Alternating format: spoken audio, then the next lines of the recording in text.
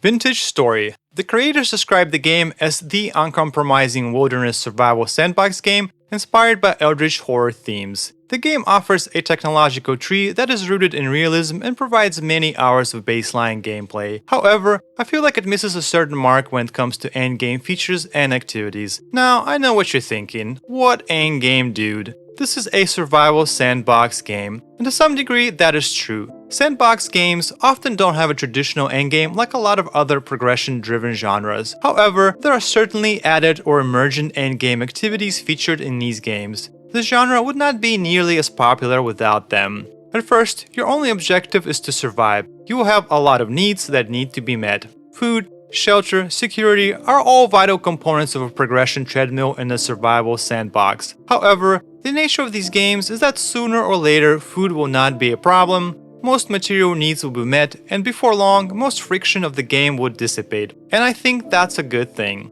What follows is a natural question: what's next? First, you can start the progression treadmill all over again. This requires a certain degree of replayability. Luckily, this is something that most procedurally generated games excel at naturally. Second, you can focus on the meta achievements. This might involve killing bosses and completing challenges that are not involved in the main progression, finding rare and exotic locations, and collectibles. This is one of the areas where Vintage Story has a big gap at the moment. There aren't a lot of interesting locations, no bosses to speak of, and no achievements to facilitate harder challenges. That's a bit of a problem, and I think the developers largely agree. In Vintage Story 1.18 update, they added a story event called Resonance Archives. It amounts to a large dungeon with cool and unique loot, lots of lore, and a mini-boss to boot. It is only the first of a dozen story events which will involve a special location like a dungeon or a structure. The developers want more bosses too, as evident from the current roadmap found on their website.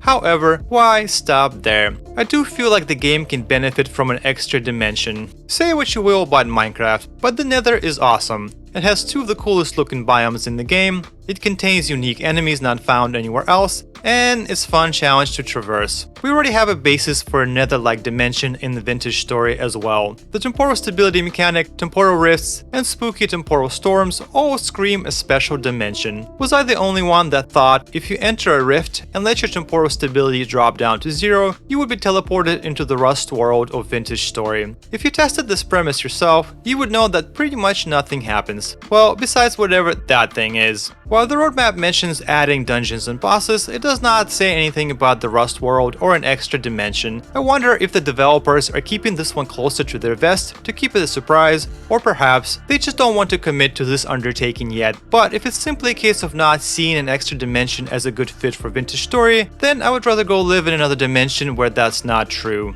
Also, I don't see any downsides to an achievement system in the game. Create achievements of various difficulties and make the player earn those for nothing but prestige. If you feel extra ambitious, add some rewards. Could be titles or accessories, but ultimately it doesn't matter. Unfortunately, achievements are not listed on the roadmap. Would be interesting to know the developer's stance on this matter. Third and last piece of endgame puzzle that is often found in survival sandboxes is focusing on creative and meaningful projects, and one I am most passionate about. This is something that is intrinsic to a lot of sandboxes and makes a lot more sense for the genre than directed gameplay anyway. Location, bosses, and items are all trying to create extrinsic motivators for a player, somewhat antithetical to the spirit of a sandbox in the first place. After all, a sandbox is just a canvas for a player to express their creativity. It shouldn't be directing a player towards a goal. Nevertheless, my next point is probably going to be met with a lot of resistance from Vintage Story purists. Let me explain. Creative building in a survival sandbox is often constrained by time and resource availability. Want a cool pyramid made from sand? Better go farm thousands of sand blocks first.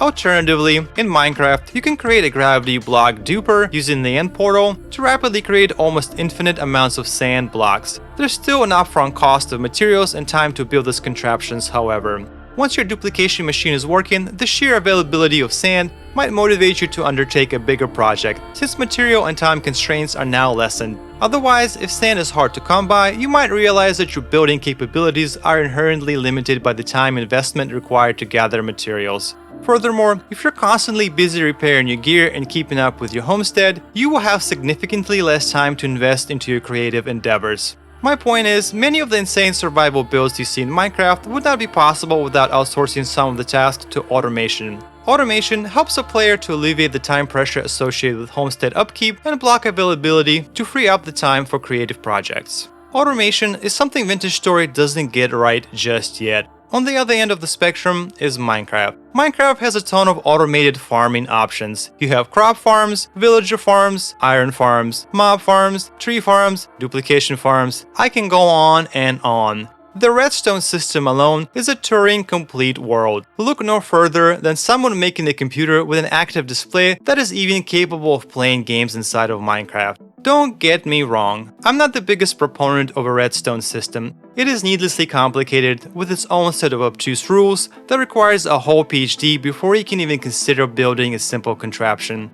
If not for YouTube tutorials from redstone nerds, most of us would not be building complex redstone machinery. Therefore, I would much rather prefer if vanilla Minecraft went down a different route, something similar to Create. Create is a Minecraft automation mod that uses rotational power and mechanical components to automate many tasks. This type of automation would fit nicely into the world of Vintage Story. After all, we already have rotational power and mechanical components. Let's talk Vintage Story automation for a second. It is rather minimal. All the automation revolves around rotational power provided by a windmill. Make a windmill, and now you have a couple of choices to plug in. First choice is a quern, used to process grains and various minerals into their respective powders. A quern can be manually activated to perform its operation without needing windmill power, but you will probably want it automated in the end. Next, we have a pulverizer that is used to pulverize harder blocks into powders as well. This contraption must be automated by a windmill to work at all. Furthermore, to not lose sanity, you will want a hopper system to dispense the input and receive the output into a chest. Otherwise, you will be stuck feeding the pulverizer by hand one at a time. While a lot of automation in Minecraft is strictly unnecessary, Vintage Story requires you to build a quern and a pulverizer for baseline progression. You will need both if you want to progress to the Steel Age. They are not an optional step in the technological ladder. And then you have the Helve Hammer. Unlike the former devices, it's not a required piece of tech.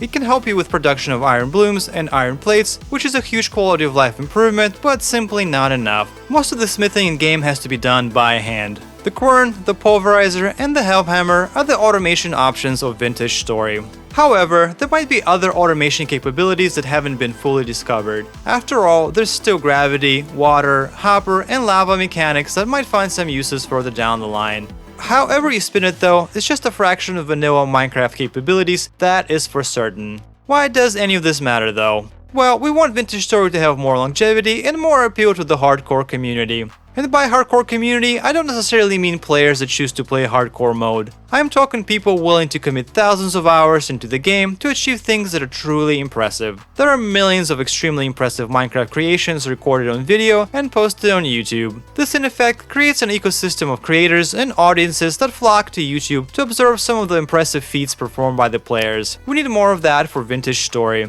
Automation is an important aspect that makes it all possible. The way that I look at automation is that it lets you outsource tedious tasks, which in effect frees you up to focus on creative aspects of building. It also provides you with necessary materials to make these builds a reality. And of course, it adds another layer of progression to your world. Look, I love designing hilariously large builds in creative and then replicating them in survival. A lot of my builds in Minecraft will not be possible without automation. I'm not saying we need to go down the route of mega complex and hyper-producing farms. I personally think that duplication as a concept is a little wacky and probably shouldn't be possible. A lot of Minecraft farms would not fit the aesthetic or the vibe of Vintage Story. But let's not pretend that Vintage Story is grounded in realism only. After all, we have a temporal world that spews out Lovecraftian horrors into the world, we have scary mechanical contraptions, and of course we have magical gadgets. Ones that give you night vision, ones that teleport, ones that block drift response. You get the point.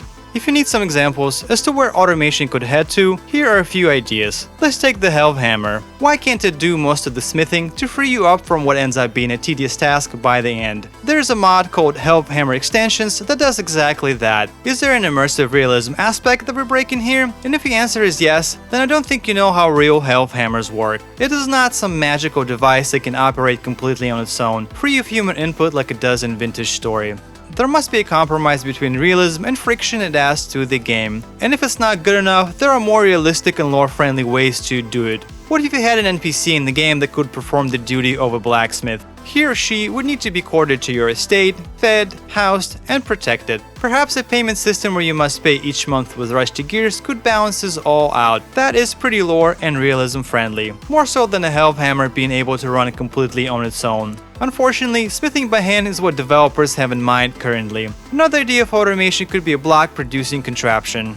In my first 100 days video for Vintage Story, I wanted to build a decently large building from polished rocks, but quickly realized the vanilla way of getting polished rocks did not support this idea. Currently, to produce a stone block in Vintage Story, you need to break the stone blocks connected to each face of the stone block such that all 6 faces of the cube are adjacent to air. Needless to say, this is a tedious process. There are some optimization tricks that will help you farm stone a little faster, but simply not good enough. I nearly abandoned my idea to build with polished rock until I saw a rock quarry mod. It allowed me to get large quantities of polished rock and felt vanilla friendly in spirit. First, you need to make metal plugs, which take metal ingots and quite a bit of smithing to make. Then, you take these plugs and place them into the rock face in a square pattern. And finally, you can hammer them in, which drops a big stone slab. Once you have a slab, smith a finishing chisel and use it on the stone to make polished rock. It certainly takes time, resources, and effort while maintaining the tactile feel that Vintage Story does so well. I get that this is not an example of automation, since the entire process is done by hand, but it does achieve a very similar result in the end, providing a player with a large quantity of blocks to enjoy building with. Perhaps developers can roll rock quarrying into an automated process. Let's say a large shearing machine that will cut big chunks of rock and give you a reason to have a quarry location. Otherwise, the first step can be done via metal tools like the mod, but then the polishing process takes a machine instead. Give a player a reason to build a lot of these contraptions, as well as the infrastructure at various key locations to support it. And the end result is awesome. More blocks to get creative with. I don't see this hurting Vintage Story unless you feel that being severely limited in building resources at the endgame is a good thing. Another cool idea for automation could be a chiseled block replicator. Currently, one of the coolest features that sets Vintage Story apart is the ability to subdivide every block into further smaller blocks and then to remove those, thus allowing for an insane amount of shape customization. It is such a special part of the game. Minecraft can only dream of that. Nonetheless, you have to make every single chisel block by hand. You need to make a slab out of something that doesn't have a slab variant? No problem. You can do it in 20 seconds. Need 100 of those for your cool build? Get ready to do the same repetitive task over and over again. The process is not fast. Making an artistic work with chiseling feels good. Chiseling hundreds of simple block shapes does not. We should have a machine that can reproduce chisel blocks. If mass production of fancy decoration is considered bad by the developers, perhaps it can have a limit on block complexity. Highly complex chisel shapes will not be allowed, but for simple shapes, you construct the machine, plug in the shape you want copied into the reader, and let it cook. That would be great, thanks. Finally, I want to talk about something adjacent to the whole endgame conversation, while not necessarily being an endgame feature. This is an area that Vintage Story needs to fix as soon as possible in my humble opinion. What I'm talking about are the modes of fast travel in Vintage Story. At the basic level, you have the sprint. However, Vintage Story punishes you severely for wearing high-tier armor. So you have to choose between speed or protection, with optimal strategy being no armor at all for the biggest speed boost. Seems almost too punishing, considering there are no other easy modes of travel. Vintage Story wants to have animal riding as a feature, but currently does not. So that leaves us the glider. The glider is a fraction of Elytra's power. It has no ways of gaining elevation, so a tall structure is a prerequisite for use. It is highly dangerous with high chance of taking heavy damage on landing. It requires a backpack slot as well. Getting the schematic is a challenge in itself, requiring completion of Resonance archives, so that means it is a purely endgame option for something that isn't even that good. I think it wouldn't bother me as much if the other travel methods were up to snuff, but they simply aren't. So what else is there? There are translocators scattered around the world which can help you to traverse large distances. But A, you have to find them, B, you have to repair them, and C, they take you to a random place. So not exactly ideal now, is it? For sure, it will help you to explore much further than before, just somewhat randomly. The analogy would be, I was going to New York, but ended up in New Jersey and decided that was good enough. And lastly, we have a personal teleportation device that you can actually build. But A, it requires extremely rare parts, B, it only works one way, and C, it's one-time use. That's right, something that might take you 20 to 30 hours to complete is a one-time use device. Can Vintage Story function with this level of travel though? Well, clearly it can. I play this game a lot and I get around just fine. It's just that sometimes I want a nice minecart track laid out to my favorite trade NPC on the map so I can quickly check on the inventory reset every 6 days instead of having to run there by foot, which is a 20-minute round trip. From what I gathered, minecarts, ships, and animal riding is something that developers are committed to implement eventually, and I can't freaking wait. Endgame or not, everyone benefits from better modes of travel. So these are my criticisms of endgame features in Vintage Story. I do feel like the developers need to do better for me to hold interest in the game long term. I am a type of player who wants and needs these features to be able to enjoy my worlds for a long time. I am keeping it realistic though. The developers are a tiny studio that will be releasing content pretty slowly, and that's okay. I also don't want Vintage Story to become unfocused like Minecraft. God knows that game is a giant mess of ideas now. But I do hope a lot of these points get addressed in Vintage Story. I trust the developers to figure out lore-friendly ideas that fit their vision of the game, and I'm willing to wait to see them implemented. I also understand there are all kinds of players out there enjoying vastly different ways of playing the game. However, I don't feel like any of my suggestions will have a major effect on a more casual approach to playing the game. In the end, these are just my opinions. I'm not claiming to know what's best for Vintage Story, it's just what I want to personally see. On that note, this is my first essay style video. I wanted to try this for a while. If you enjoy these types of videos, do let me know in the comments. I can certainly make more. My next video will be another 100 days played for Vintage Story. This time it's going to be an Arctic challenge. The winter is coming. And the good news, it's coming in about a month. So tune in for that if that interests you. If you're still here, I love you. Don't forget to do all that YouTube stuff. And on that note, Oscillascape is beaming out.